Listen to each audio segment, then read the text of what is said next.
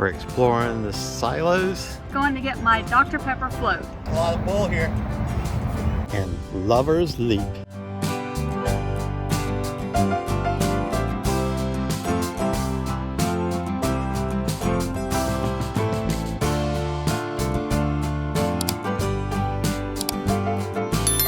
You might be able to tell we're at the Magnolia area. We just got here and we're looking around to see what there is to see. We stepped inside the bakery and it was very hard to make a decision, so we decided to look around a little bit more before we commit to something. We're exploring the silos, Magnolia. We found Debbie some mushrooms to sit on her little teepee.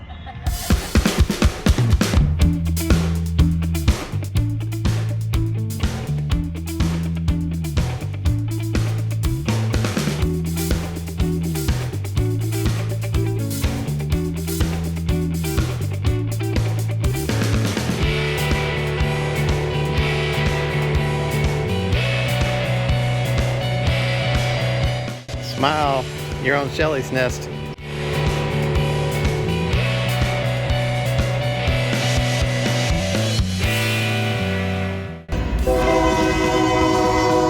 Magnolia has something for everybody, including trains.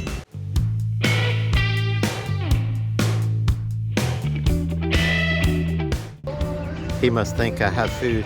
He flew by and landed right beside me.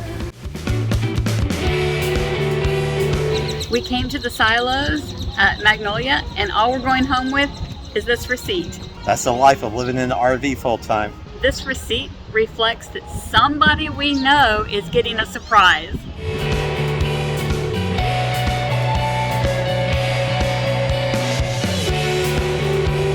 Sort of like any mall. All the women are shopping, or all the men are sitting out on the benches resting. We just left the Magnolia area and we've noticed that there are a lot of magnolia trees planted along the sidewalks, and I think that's really cool. Magnolias are a little special to me because when I was born, my grandparents planted a magnolia tree in their yard, and it was still there when my grandfather left in 2009. I drink Dr. Pepper and I'm proud.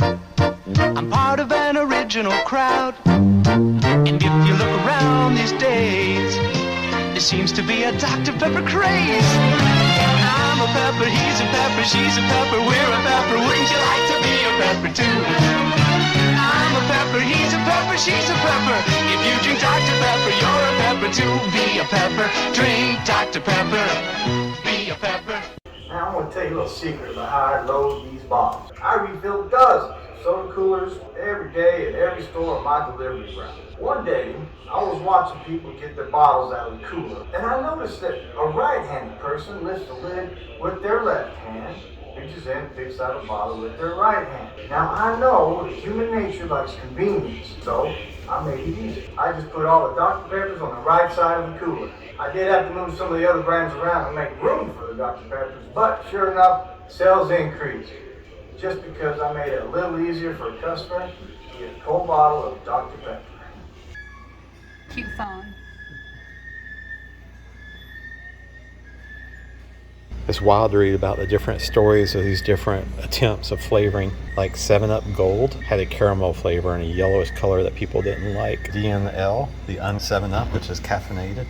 We just finished touring the Dr. Pepper Museum. It is a self-guided tour, so we got to tour it at our own pace. A lot of the first part of the museum was placards on the wall about people who invented Dr. Pepper, how Dr. Pepper came to be. There was information about the bubbly water in the artesian wells and how people were able to reproduce that to bottle it to make sodas of all kinds of flavors. So it was interesting. The fun part for me was going to get my Dr. Pepper float. DeWitt's not a dark soda fan, so he got chocolate ice cream. There was more things to see in the museum in the building where the soda fountain was, and that was very interesting. It had a replica of a soda bottling line.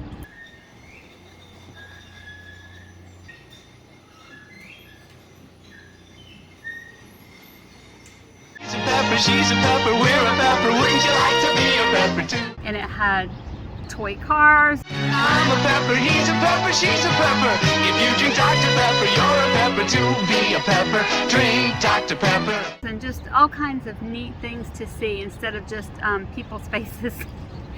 And my one souvenir from the Dr. Pepper shop, besides my ice cream sundae, my Dr. Pepper koozie. This is the outside of the Dr. Pepper Museum, and you'll notice it's sort of discolored. In the 1950s, a large F5 tornado came through and did a lot of damage. Many of the employees were there and working, and they're able to move them to inside areas and to the vault. And while the second floor was destroyed, only one person perished, and that's because they were still outside at the time. Right now we're in a park, and I don't know the name, but this is the Brazos River, and we're getting ready to cross the Waco Suspension Bridge. But we're just out here having a good time. Hi. Hello. Hi. What are y'all protecting the trees from? Beavers. Okay. Check the next two. We just planted these 3 for Earth Day. That one's been chewed on, and there's another one down there that's just already broken in half. They ate it overnight. Wow. What about the giant trees up here? Is that beavers that chewed the bottom too? Yes, sir. Yeah, my favorite thing about working in Parks and Rec is that nature never cares about what we call progress. You know, we put these 3 trees in, and he's like, oh, food. Yum. So do you want to see if we can find where the beaver lives? Sure. Okay. Yeah, let's walk across the suspension bridge first though. Okay. And then we'll go check out where the beaver lives. Don't trip trying to record this for our YouTube buddies. So when we got into town yesterday, I checked on Google Maps on things to do, and this bridge was marked as temporarily closed. DeWitt got a notification this morning that it is now open. So we're very excited to be here when it's open. What you doing? I'm just supporting the suspension bridge.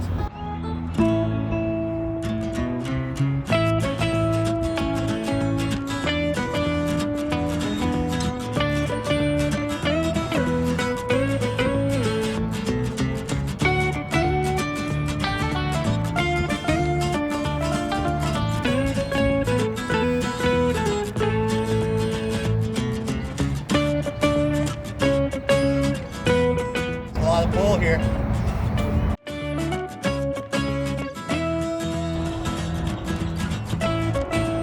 I thought he saw a ripple in the water that he was going to go investigate and get a fish. I think he's following the ducks thinking they found food. Whoa, whoa, that's mine. Oh, there's something flipping the water.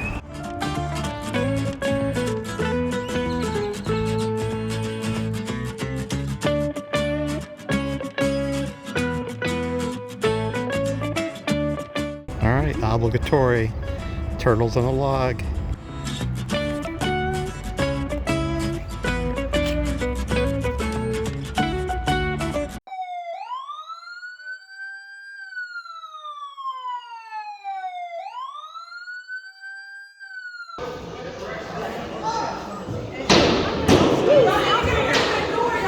I thought somebody ran into the window or something. That's some of the larger hail that was still left after the rain was melted all the baby stuff. There's white dots underneath the trees. That's hail. The blurriness is the rain. Here at the Waco Mammoth Monument, they have discovered 23 different mammoths. And they send their bones off to the museum connected with Baylor University. And the people at Baylor University have said, okay, stop digging up new ones. We have no place to put these mammoths.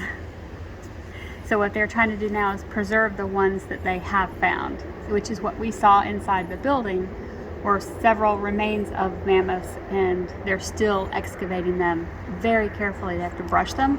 They can't use any type of digging tools, no shovels, pickaxes, anything. It's all done by brushing, and it has taken years and years and years to get where they are now. It is ever changing, and DeWitt asked, so if we're here in 5 years, is this hole going to be bigger? And she said, I sure hope so. We learned this area is the only one in North America where a herd of Columbian mammoths were discovered. They also discovered several juveniles and females, basically right here under these trees. Debbie and I were looking for some place to go today, and we found Cameron Park and Lover's Leap. And there's all kinds of lizards out today.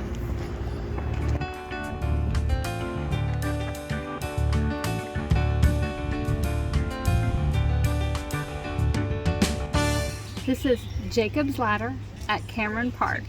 It was originally built in the early 1900s by the people who lived at the top of the cliff, and it was made by cedar trees that were found here in the park. It was rebuilt in 1968 with concrete steps, and I'm assuming cedar handrails going up.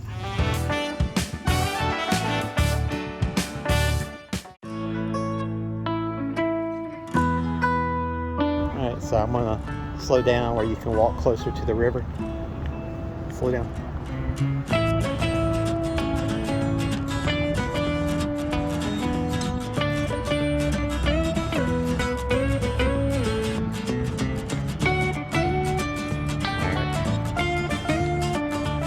Pause.